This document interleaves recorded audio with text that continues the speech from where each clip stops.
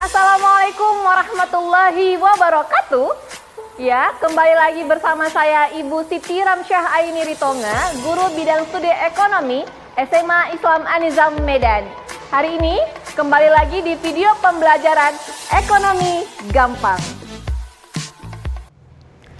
Mari kita buka pembelajaran hari ini dengan mengucapkan nafas Bismillahirrahmanirrahim. Ya, anak-anak ibu yang kelas 12, kita sebenarnya sudah mau habis nih materinya ya. Ini materi terakhir.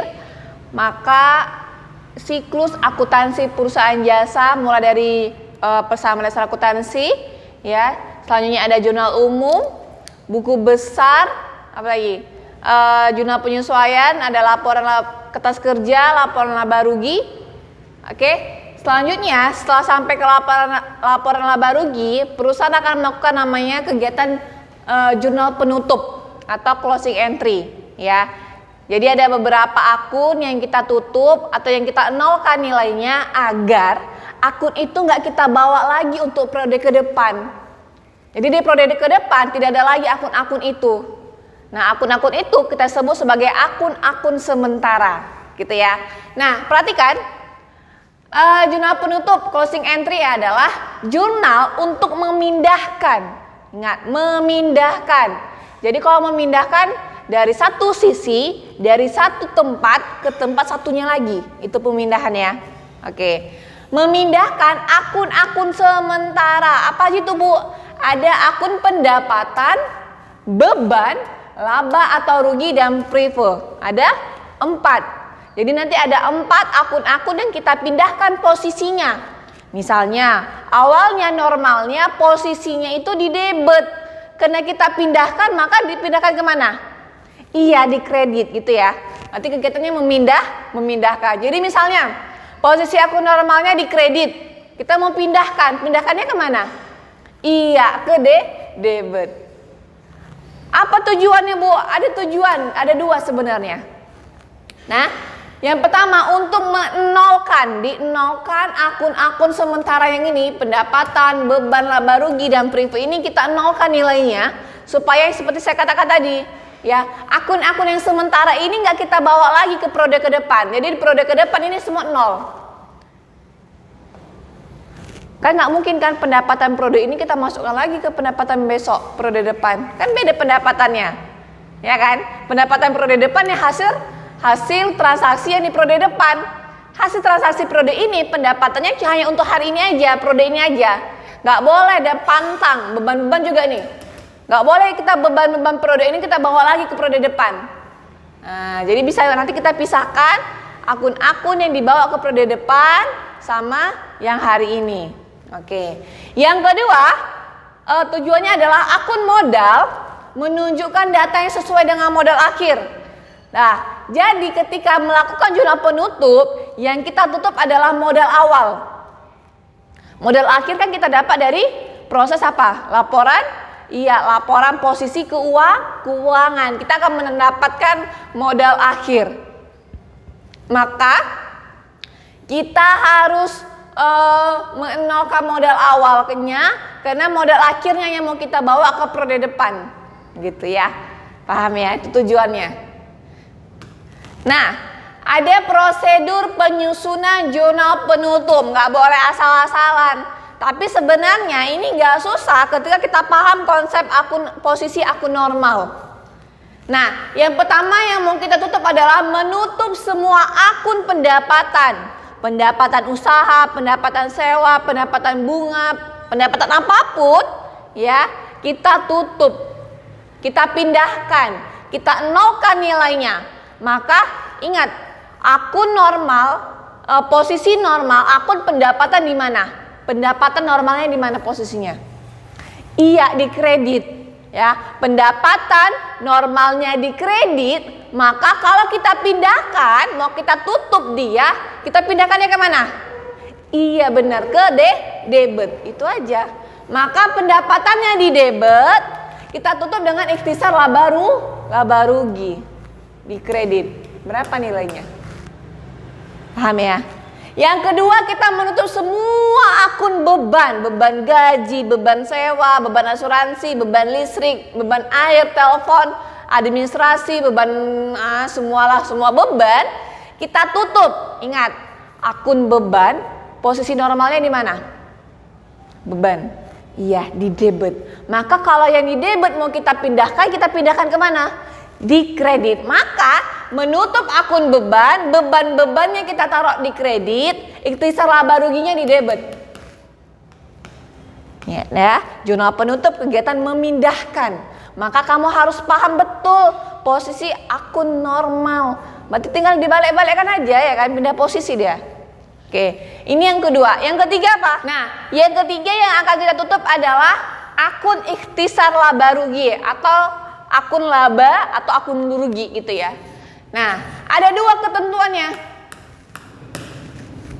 Bila perusahaan itu memperoleh laba, didapat dari mana Bu ciri-cirinya? Bisa dicari ciri-cirinya kalau di kertas kerja ya, kertas kerja semalam. Kan ada kolom laba rugi ya, kertas kerja ya. Oke, yang keempat itu ya, kolom laba rugi. Endingnya ada debit, ada kredit. Ya. Bila di kertas kerja itu kolom laba rugi ya, nilai kredit yang dikredit posisinya angkanya lebih besar daripada yang di debit, maka terjadilah laba. Ingat ya yang kemarin ya rumusnya ya. Maka kalau perusahaan memperoleh laba, jurnal penutupnya adalah ikhtisar laba rugi terhadap modal. Oke. Berapa dia nilainya? Namun kalau perusahaan memperoleh rugi, kita lihat dari mana Bu? Bisa dari laporan keuangan atau dari kertas kerja. Dari kertas kerja yang kolom keempat, kolom laba rugi, bila nilai di kolom kertas kerja itu ya, di kolom laba ruginya itu, di debitnya lebih besar daripada di kredit, maka perusahaan mengalami rugi. Yes? Oke. Maka kalau rugi ya, ikhtisar laba ruginya yang di kredit, modalnya yang di debit. Nilainya berapa? Oke.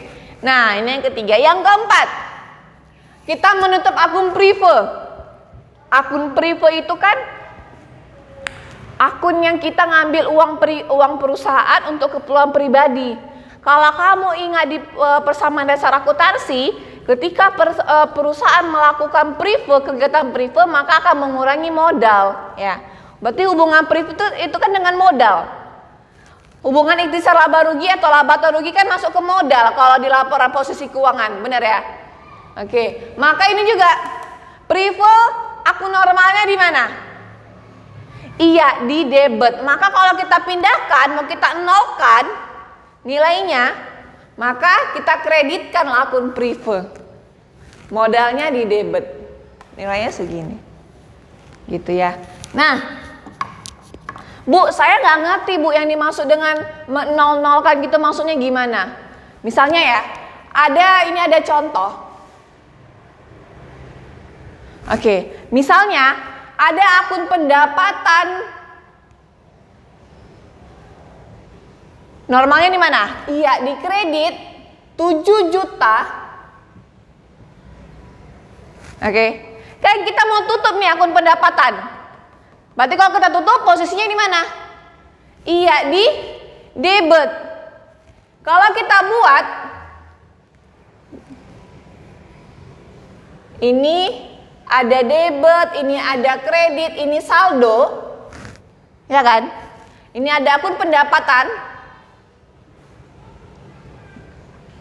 Awalnya kayak mana? Di tanggal 1 ada pendapatan senilai 7 juta kalau kita masukkan ke buku besarnya. Ya, walaupun nanti akan saya jelaskan di pertemuan selanjutnya. Oke? Selanjutnya mau ditutup kan? Kalau ditutup ya 7 juta ini jadi apa? Di debit. Misalnya kegiatan kedua adalah jurnal penutup di buku besarnya. Senilai berapa? 7 juta. Ingat, kalau kemarin ada saldo 7 juta. Selanjutnya berkurang 7 juta. Beda posisi kan? Kalau beda posisi kita cari apa? Iya, selisihnya. 7 juta dikurang 7 juta berapa? 0. Gitu maksudnya. Begitu juga yang lain. Ya, yang beban. Misalnya di beban awalnya ada di beban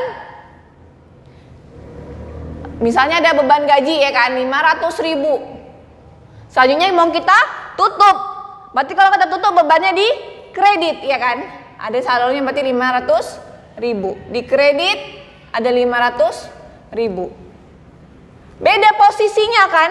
Kalau beda posisinya kita cari selisih. Berarti 500.000 dikurang 500.000 0. Ini yang maksud dengan mengnolkan. Jadi nanti akun beban ini karena sudah 0, ini nggak ada lagi di periode ke depan akun beban. Gitu, paham ya? Jadi akun pendapatan, prive, beban itu laba rugi nggak ada lagi di untuk periode ke depan. Itu dia untuk jurnal penutup ya. Terima kasih. Saya kembalikan. Demikian pembelajaran hari ini. Sampai ketemu di video pembelajaran ekonomi gampang selanjutnya. Jangan lupa like, comment, and share. Terima kasih. SMA Islam An-Nizam, unggul, cerdas, Islami. Assalamualaikum warahmatullahi wabarakatuh.